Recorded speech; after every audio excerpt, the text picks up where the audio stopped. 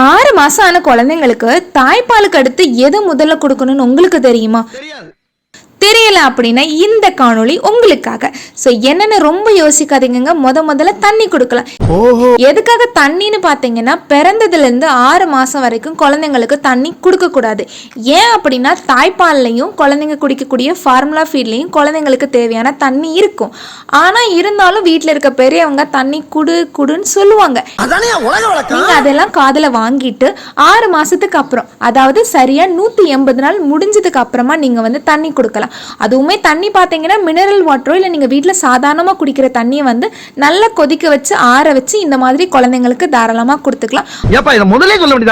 குழந்தைக்கு தண்ணி கொடுக்கறதுல என்னடா இருக்குன்னா யோசிக்காதீங்க. தண்ணி கொடுக்கறதுக்கு கூட சில வகையான முறைகள் இருக்குது. ஸோ அந்த முறைகளில் முக்கியமான விஷயம் வந்து இந்த வகையான பாத்திரங்கள். ஸோ என்னன்னு பார்த்தீங்கன்னா, ஃபஸ்ட்டு வந்து குழந்தைங்களுக்கு தண்ணி கொடுக்குறீங்க அப்படின்னா முதல்ல குழந்தைய உட்கார வைக்கணும். அது முக்கியமான விஷயம். படுத்து கிடந்தே குழந்தைங்களுக்கு தண்ணி பழக்கப்படுத்தக்கூடாது.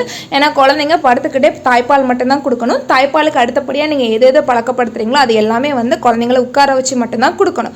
ஸோ குழந்தை வந்து என்னோட பாப்பா 6 மாதத்தில் உட்காரல, அதனால வாக்கரில் உட்கார வச்சுருக்கேன். ஸோ தண்ணி வந்து பார்த்தீங்க அப்படின்னா நீங்கள் டம்ளரில் தாராளமாக பழக்கப்படுத்தலாம். ஸோ டம்ளரில் பழக்கப்படுத்தும் போது என்ன ஒரு விஷயம் அப்படின்னா, நீங்கள் வந்து ரொம்ப கவனமாக அதை பிடிக்கணும். ஏன்னா குழந்தைங்க சிந்துறதுக்கோ இல்லைனா வந்து அதிகமாக குடிக்கிறதுக்கோ இல்லை மூக்கில் சிரசல் ஏறுறதுக்கு அதிக வாய்ப்பு இருக்குது. டம்ளரில் கொடுக்கும்போது நீங்கள் கவனமாக கொடுத்தீங்கன்னா குழந்தைங்க அது சீக்கிரமாகவே படிச்சுப்பாங்க.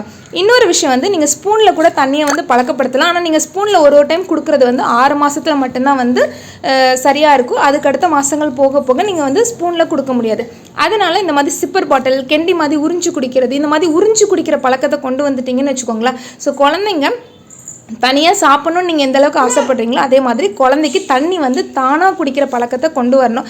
அது ரொம்ப ரொம்ப முக்கியமான விஷயம். ஸோ குழந்தைங்க வந்து சிப்பர் பாட்டிலில் தானாகவே குடிச்சுப்பாங்க. சப்போஸ் அதை கீழே போட்டாலுமே அது சிந்தாது. நிறைய உங்களுக்கு வந்து சிப்பர் பாட்டிலில் தண்ணி கொடுக்குறதுல அட்வான்டேஜ் இருக்குது.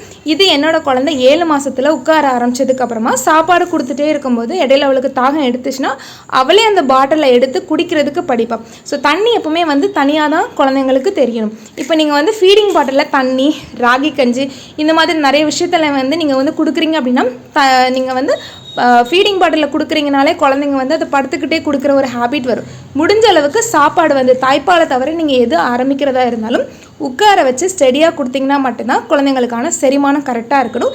நாசியில் ஏறாது, புறை ஏறாது, அந்த விதம் எந்த பிரச்சனையும் இருக்காது. 1 வயசு கீழே இருக்க குழந்தைங்களுக்கு தண்ணி எந்த அளவுக்கு கொடுக்குறீங்க அப்படின்னா, தாய்ப்பால் கொடுத்தது போக சாப்பாடு கொடுக்கும்போது கொஞ்சமாக கொடுத்தாலும் போதும். 1 வயசுக்கு மேலே இருக்க குழந்தைங்களுக்கு நீங்கள் அடிக்கடி தண்ணி கொடுங்க. ஏன்னா வெயில் காலம் ஆரம்பிச்சாச்சு. வெளியே போனால் கூட பாட்டில் எடுத்துகிட்டு போங்க, மறந்துடாங்க. நன்றி, இணைந்திருங்கள். லோட்டஸ் நிமிடருடன்.